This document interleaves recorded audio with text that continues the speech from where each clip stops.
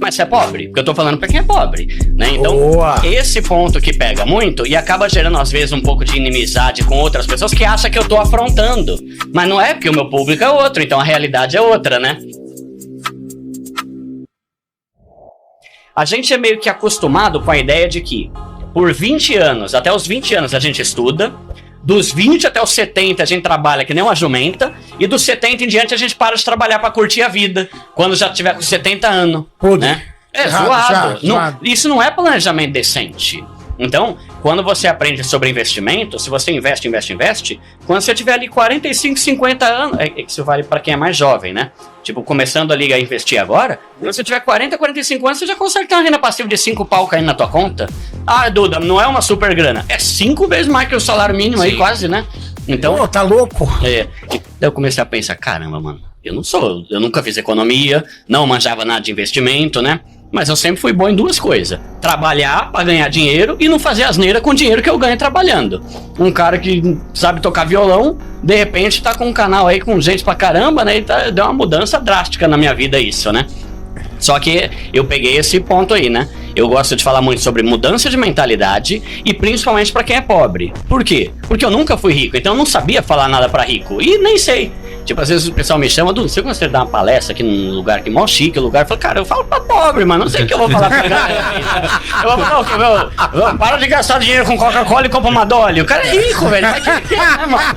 Então, eu peguei essa parada porque aqui eu me identifico e a minha vida toda foi isso, sabe? Tipo, então, eu amo, porque é prazeroso demais. Também é legal você ajudar quem já tem bala na agulha e tal, é louco. Mas pra mim é mais prazeroso ainda você ajudar quem tá ferrado na vida. Claro. Trabalha que nem uma jumenta pra não conseguir comprar uma tubaína na rua, né? Pessoal, quem tá aqui no meu Instagram, hoje eu tô no podcast Mente Milionário no canal Renato Cariani.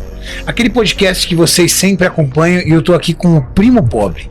Existe o primo rico e existe o primo pobre, aonde ele dá dicas pra galera de baixa renda.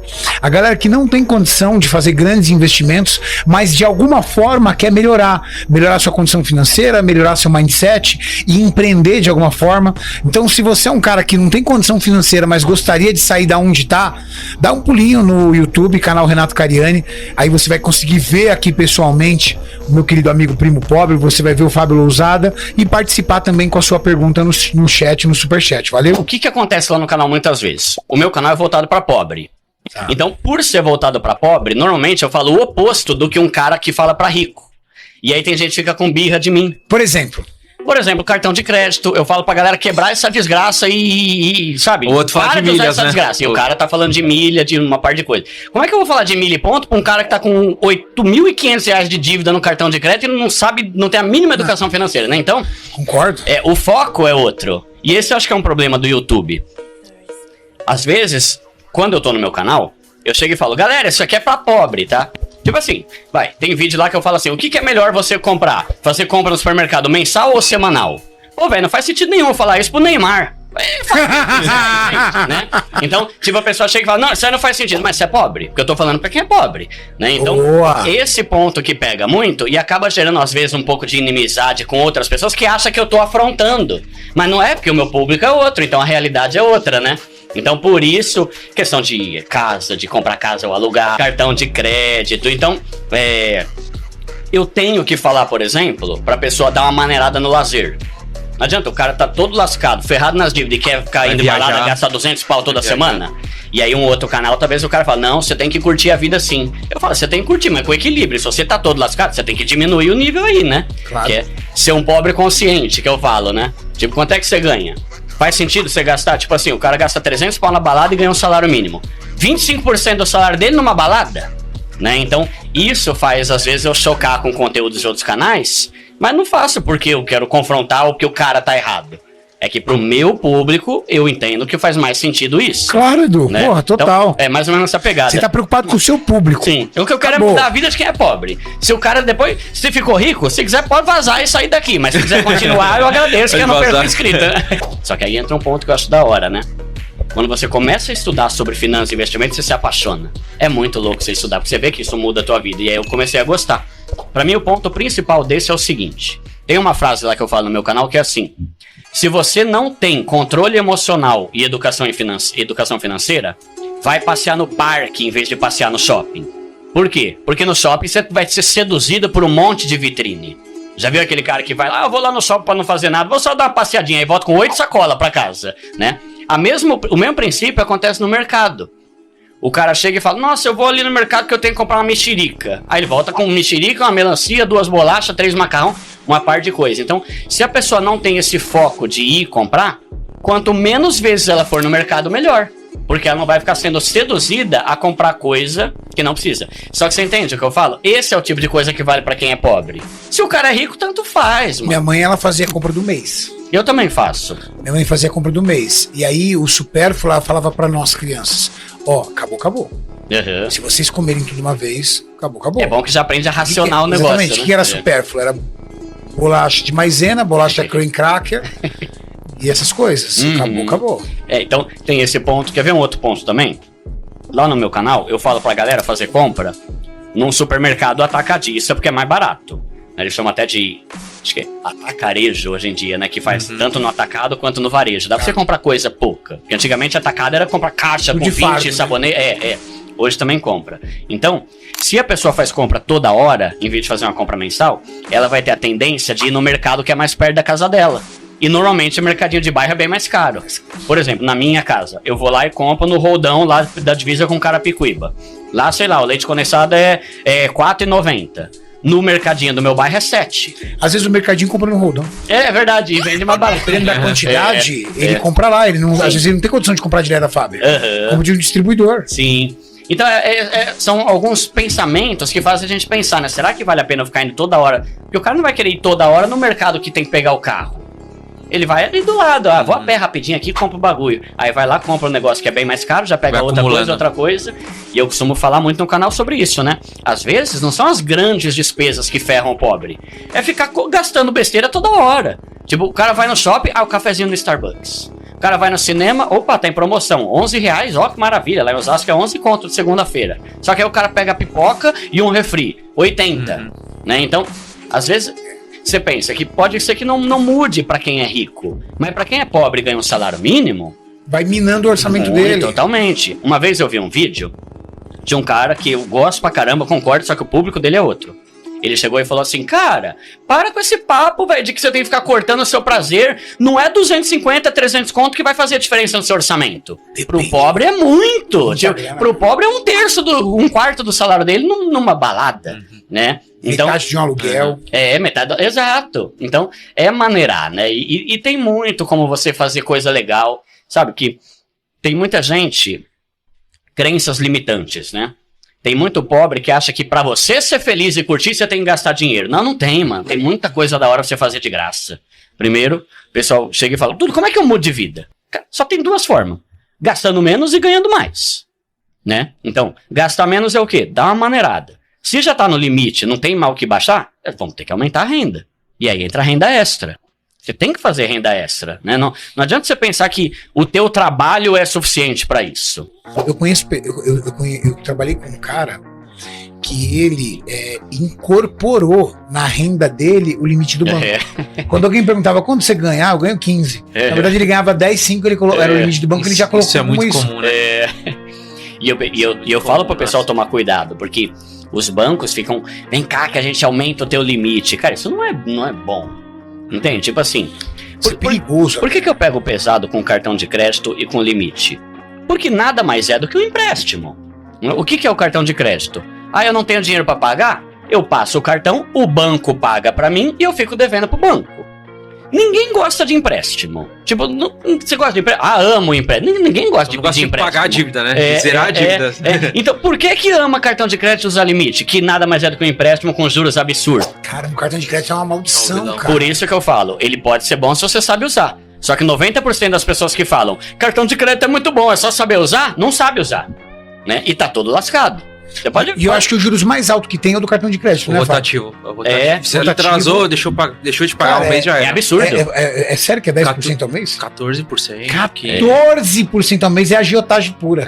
Eu não sei como que tá hoje, mas eu vi uma pesquisa acho que da Globo mesmo, falando que em 2019, o valor dos juros do cartão de crédito do Brasil é o maior do planeta. Nenhum outro país do mundo.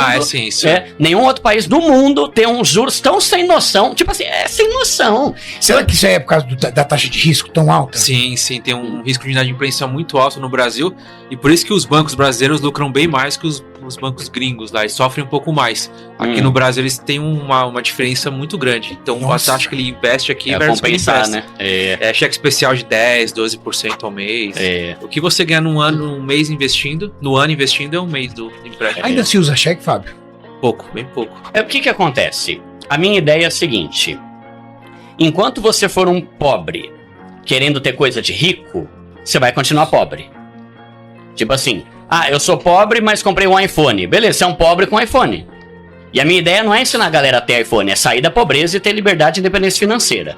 Só que enquanto a pessoa torra tudo que ela ganha com ostentação, com coisas de marca e tal, eu não tô falando que ela não pode ter porque pobre tem que se ferrar na vida. Eu tô falando que o pobre que quer mudar de vida tem que baixar o nível pra priorizar outras coisas. Tem que fazer a base. Só que aí o pessoal interpreta assim, nossa, esse cara tá falando que pobre tem que se ferrar. Não, eu tô falando pra ele baixar o nível pra ele parar de se ferrar, porque ele já se ferra.